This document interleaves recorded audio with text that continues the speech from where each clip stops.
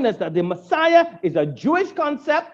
You're going to believe the minute you say Jesus Christ, and I encourage you to say Jesus the Christ, because, oh my God, I say this again and again, it gets me into trouble, but I have to say it, brethren. Jesus didn't have a mother called Mary Christ and a father called Joseph Christ who have a son called Jesus Christ. It is Jesus the Christ. When you hear Jesus Christ, you have to put in a the, because if you don't put in the, you'll be thinking about another figure and not the figure of Scripture, the Son of Man. But when you say Jesus the Christ, even if you hear Jesus Christ, you have to think it is Jesus the Christ. It is the anointed one of God, the Son of Man who was before the Ancient of Days, who has come into earth realm. He is the Messiah.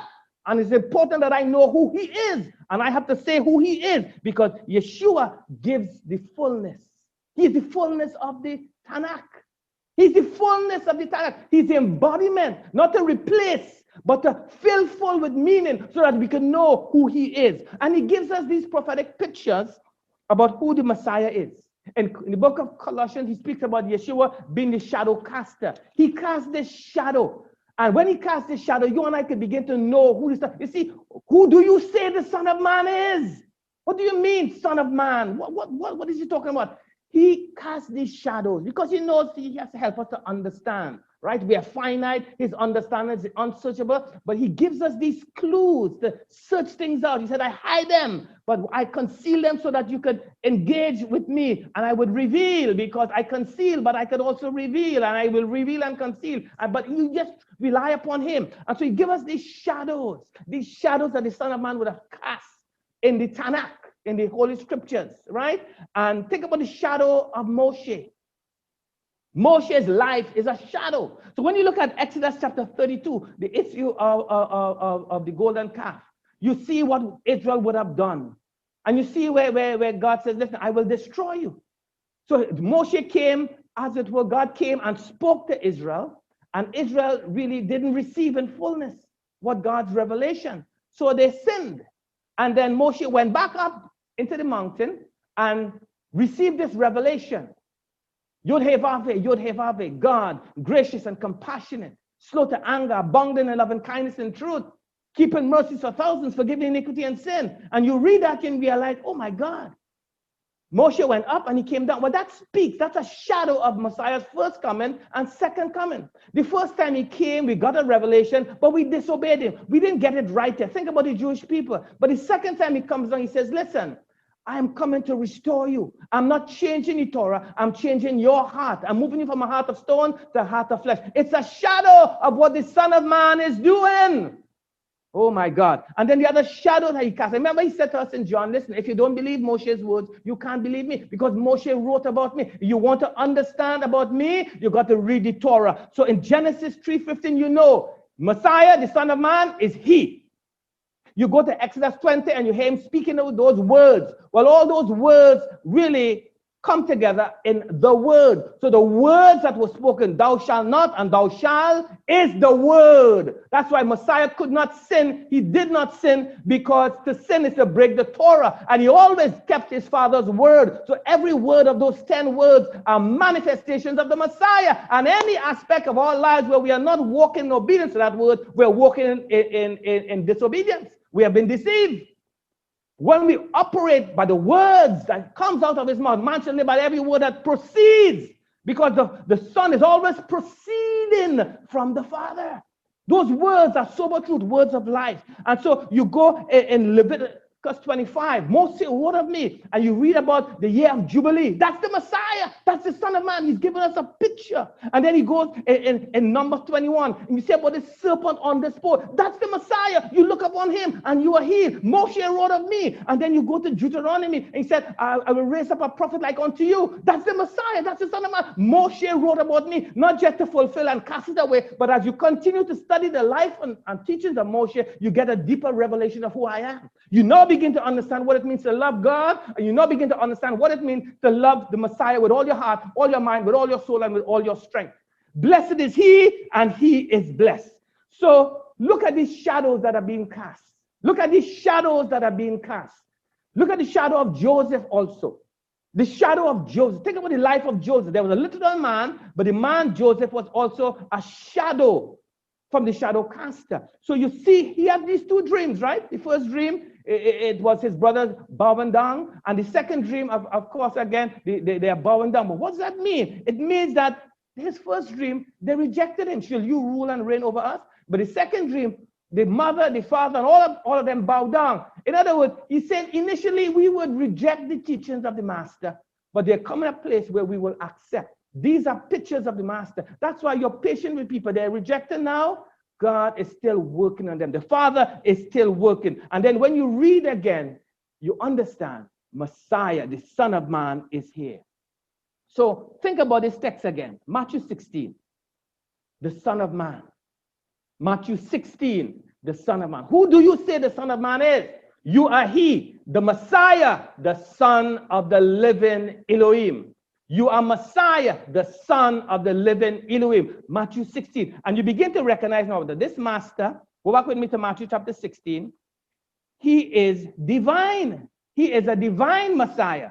Back in Matthew chapter 16, we get this because you see, the Jewish people are looking for a Messiah, two Messiahs to come, but there's one Messiah coming two times. You need to understand that, really get this thing right. So in Matthew chapter 16, you are he, the Son of the living God, which means that this Messiah is not just a human figure, he is divine. He is the Son. But where did we get the understanding of the Son? Out of Psalm chapter 2 and out of Daniel, from the Torah and from the prophets. From the Tanakh, as it were, right? So this Son is divine. Oh my God. But this Son is the Son of Man and he's the Son of God. What do I mean by that?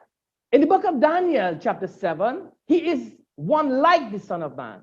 In Daniel chapter 3, when the three boys were cast into that fiery furnace, it says one like the Son of God. Oh my God. Don't you know that when you go through fiery trials, the Son of God, the Son of Man is with you? Don't count it strange. You have opportunity to welcome the Son of Man if you respond properly to the fiery trials that come. But in Daniel 3, he's the Son of God. And we prefer to die rather than yield to Satan and bow down to lies because we encounter the Son of God. We encounter the Son of Man. He is divine. That's what I'm saying. Our Jewish brethren stumble over the divinity of the Messiah. He is divine. He is the Son of Man. And we're going to see that as we continue on. So this Son of Man, go with me to Acts chapter 2. Acts chapter 2. Book of Acts. Acts chapter 2. Acts chapter 2. Verse 36. I want to point out something to us. Acts chapter 2, verse 36 says this. Therefore, let all the house of Israel know, and all that the house of Israel will know this for certain, know this for certain, that Elohim has made him, this is Yeshua the Messiah, he has made him both Lord and the Messiah. This Yeshua whom you crucified. So what Peter is saying, listen, this Yeshua, he's more than a man. He's more than a good teacher. He's more than a good prophet. He has been made Yod-He-Vav-He. He is the Messiah. So when you and I begin to consider this, you see what God is saying to us. Yeshua, who became flesh, is the Son of the living God. So to think that he's just a good teacher is to be deceived about who the Son of Man is. It's to believe what has been added to you, what has been hidden from you, what has been twisted to you. But to know the Son of Man, you must know that he is the Son of Elohim. You must know that he came from Genesis. He's the he. You must know that he's the seed of Abraham. You must know that he's the seed of David. So I'm going to make this wonderful statement. The master of the universe became a Jew. Now that could be a very unsettling statement for some, but that's what happened. Him who was the Word, who was with God and is God, was made flesh. And he was put within a Jewish body. So the master of the universe became a Jew. Now, that is a scandal. But that's the truth, the sober truth. So you must know that the God that you worship is the God of Abraham, Isaac, and Jacob. He is the master of the universe who became the Son of Man. So this expression, Son of Man, we need to see again. Son of man, what does it mean? It means a human being, and it also means the supreme Messianic title. A human being, I will point you to Ezekiel 37 verse 3. That's where the expression son of man is used. Ezekiel 37 verse 3 says, son of man, shall these bones live? In other words, human being, shall these bones live? And Ezekiel answered, you know. And that's a good question, a good statement. When God asks you, can this happen? You just declare, Lord, you know. I do not know. Good word to be able to have, right? And then it's a Messianic title. So when I use from now on, son of man, I want you to think about those two things. Son of man is a human being. Son of man is the supreme Messianic title. Because when you go to Daniel chapter 7, you see one like the Son of Man comes up to the Ancient of Days. That's no ordinary mere human being. To come up to the Ancient of Days, to come up to the Father, to come up to the Master of all, the universe, then you have to be divine. And that's what God is saying. Because when you look at the rest of the chapter, you see now what the Ancient of Days did for the Son of Man. And you recognize this is not ordinary man. He is a man, but he is more than a man. He is the God-man. He's the God who became man so that man could become like God in humility. Baruch Hashem. So, Son of Man. Go with me to Psalm chapter 8. Psalm chapter 8. We're still looking at that term, Son of Man. So in Psalm chapter 8, we have this text. Psalm chapter 8. O Adonai, our master, how majestic is your name in all the earth, who have displayed your splendor above the heavens. From the mouth of infants and nursing babes, you have established strength because of your adversaries to make the enemy and their revengeful cease. When I consider the heavens, the work of your hands, the moon and stars which you have ordained, what is man that you take thought of him? And the Son of Man that you care for him. Yet you have made him a little lower than Elohim. You crown him with glory and majesty to make him rule over the works of your hand. You have put all things under his feet, all sheep and oxen, and also the beasts of the field, the birds of the heaven, the fish of the sea, whoever passes through the sea. O Adonai, our master, how majestic is your name in all the earth. Powerful text, right? But you should know why I went there, because I wanted to point out to us two more Hebrew words. In Psalm chapter 8, verse 4, what is man that you take thought of him? The word man there is Enosh, E-N-O-S-H, Enosh, and it means mortal, weak, feeble man. So David saw himself as an Enosh, mortal, weak, feeble. But the other one, son of man, the word man there is Adam, Adam, as in Genesis. So we have two words. Now if you go back to the Torah, you'll see that Adam had a son, all right, Cain and Abel. Then you had Seth and you had Enosh. And Enosh, if you look at him, the years begin to decrease with how long he would have lived, because man started to be infected and affected by sin and decay. So we become weaker and weaker and weaker and weaker. All right, so we are way down the food chain, as it were, and we are getting weaker and weaker because we continue to disobey God. But that's not the end of the story, right? But I'm just showing us God has communicated something to us. But go with me to Hebrews chapter 2.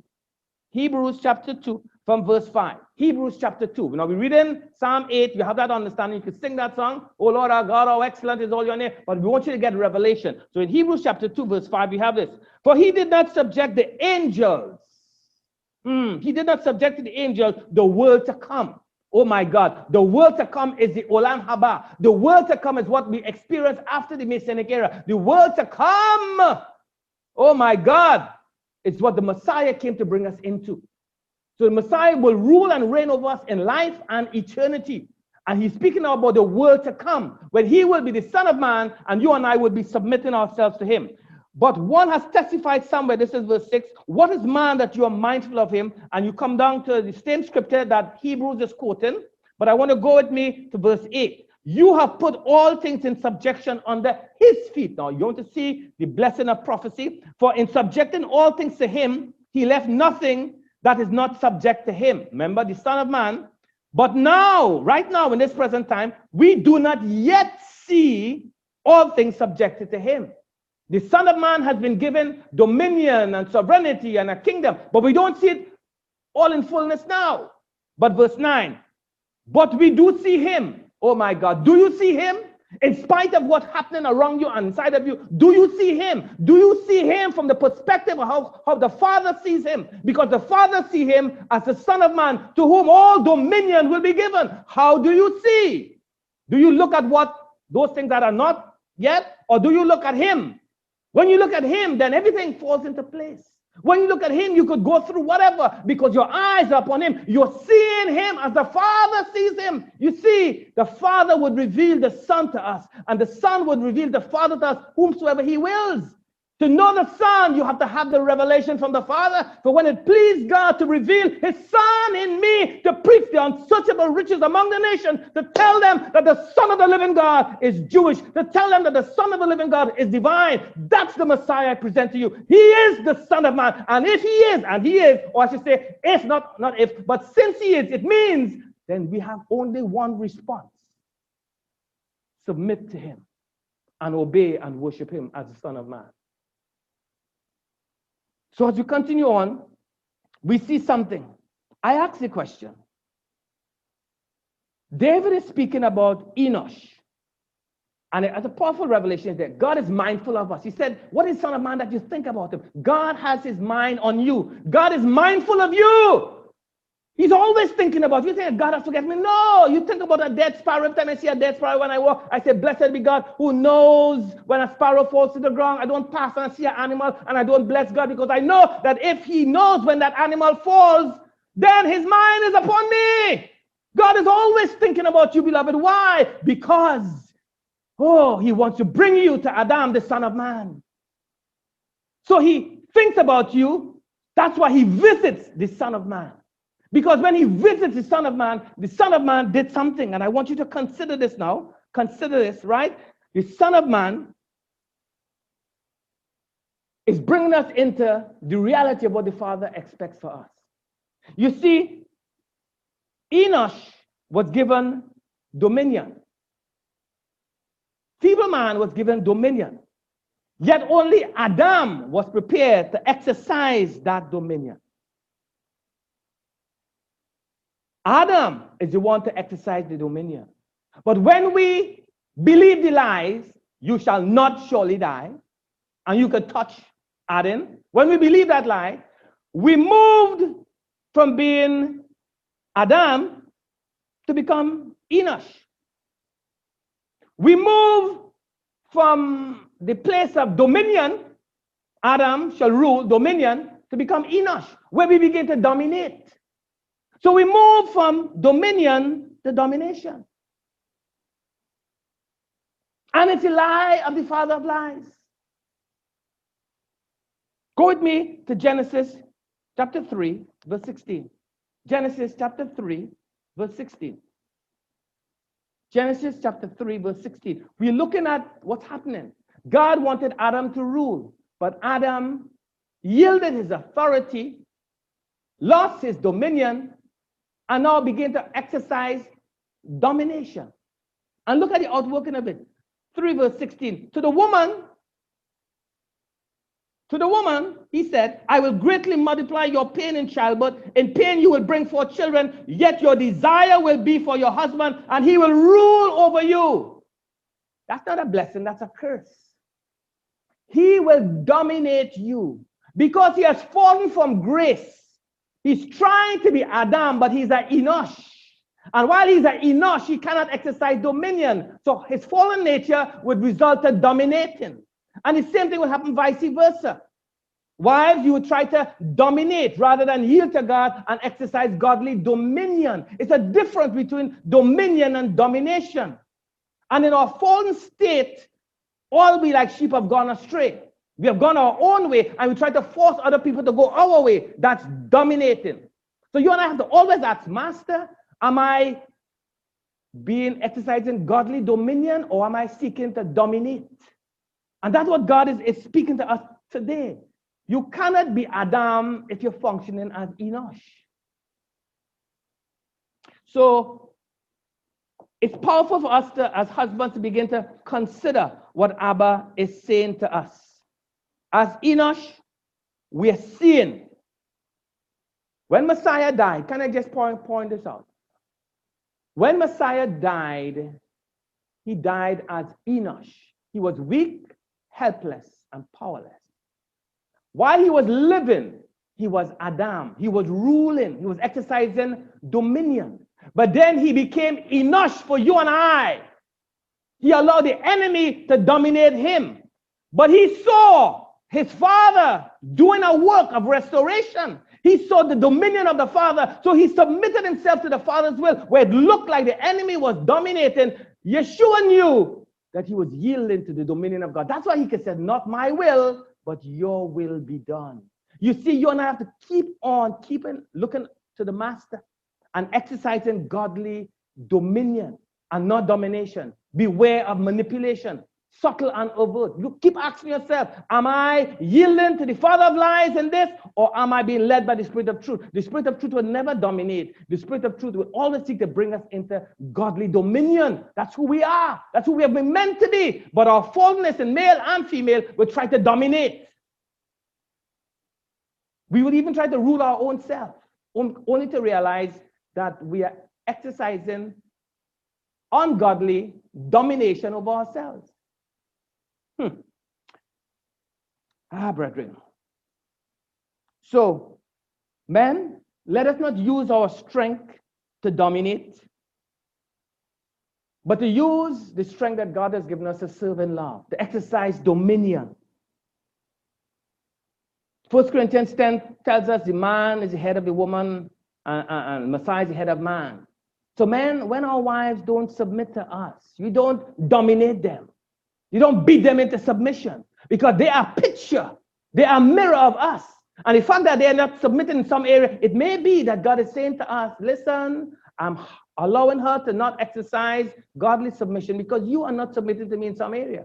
You are trying to be Adam, but you are Enosh. Get your Enosh together, and then you will see how she would freely submit.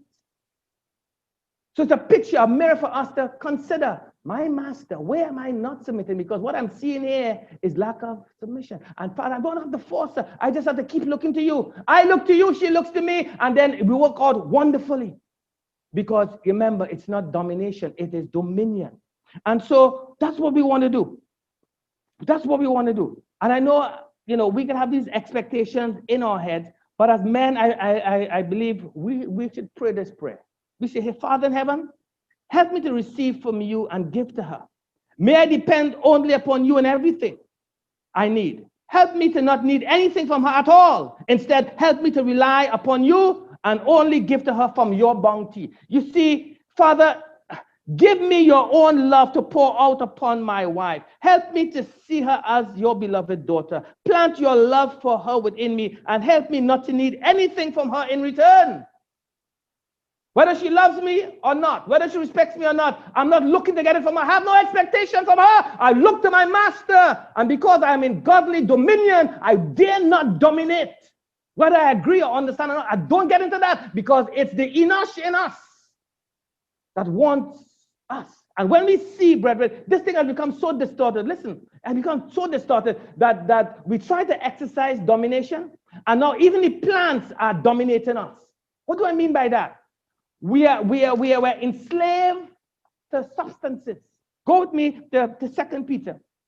God deliver us, please, from domination and bring us back into godly dominion. In 2 Peter chapter 2, verse 19, or just breaking into the thought, it says, the 2 Peter 2, verse 19, promising them freedom while they themselves are slaves of corruption. And by what a man is overcome, by this he is enslaved. What is it this for you and I? Is it a cigarette bud?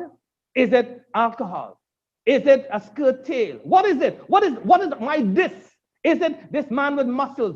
Is it this my money? By what a man or woman is overcome, by this he is enslaved. So think about it. This cigarette bud now is what is controlling you. That's how low we have sunk. Master, deliver us. Bring us back into dominion rather than allow us to dominate and be dominated by things and people. Do you understand? Even in divorce, possibly it's an attempt to dominate. We have problems because both parties trying to dominate. No one is having mutual dominion, submitting one to another in the fear of Messiah. It's a dominate. It's the spirit of the father of lies. Gender-based violence is our corrupt Enosh trying to exercise dominion in a wrong and fallen way. So we're strong, so we conquer them. Gender-based violence, it's the lie of the Father. And when we exercise raising our voice and raising our hands, it's us in our fallenness trying to exercise dominion in our fallen state, and we're dominating because we have been dominated. But please don't beat up on the victim. We are repenting. We are seeing the error of our ways, and we are turning back. What did Messiah say? Husband, love your wife just as Messiah loved the congregation and gave himself up for her. The minute we become an Enosh, then we can reach the way of being an Adam. Be an Enosh continually, to be feeble, weak, and die. And then God will lift us up. And so we go to Isaiah 53 and we see how the Messiah was crushed and bruised. He who was the Word became Enosh for us. He died for us. And when he did that, then we were able now to be elevated to that place of the Messiah. That's what God is saying. He was on the cross between two criminals. He was numbered among the transgression, and he held his peace so that everybody thought that he was guilty too. You see, our image, we try to preserve that. We're always trying to preserve our image, and we lie to ourselves and lie to other people because we don't want to be made out, because we want to preserve this image. But God be true. You would speak the truth at all times. Don't speak the truth in a way to diminish the reality of the situation. Drop the pose and own the truth. Drop the pose, God is saying. Be willing to lay down your life rather than try to preserve our image. Allow the Enosh to die so that the second Adam could rule and reign in us. And so when we begin to consider this, oh my God, I see this vision. I keep looking, and I keep looking into the mystery, and I see this word. I see that he sent his son. He became the son, the agent of eternal redemption, and he comes into this world, and he died. He became an Enosh, and then he is elevated now to the place of glory and dominion. Oh my God. Go with me, please, to Revelation chapter 1. Revelation chapter 1. This is amazing, brethren, when you begin to see it. Revelation chapter 1 from verse 4. John, to the 7 congregations that are in Asia, grace to you and peace from him who is and who is to come, from the 7 spirits who are before his throne, and from Yeshua, the Messiah, the faithful witness, the firstborn of the dead, the ruler of the kings of the earth, to him who loves us and released us from domination and free us from our sins by his blood, because he became Enosh. And he has made us to be a kingdom, priest to his God and Father. To him be glory and dominion, not domination, forever and ever. Behold, he is coming with the clouds. Now you read that, that should take you right way back to Daniel chapter 7. He is coming. What he's saying in Revelation chapter 1, the one who's coming is the one who came to him on the clouds in Daniel chapter 7. He's saying the one who is coming is the Son of Man. He is this Jewish man, the King of the Jews, the God of the universe who became a Jewish man. That's the one that's coming. That's the one that you want to have to yield to. Who do you say the Son of Man is? Oh my God. And so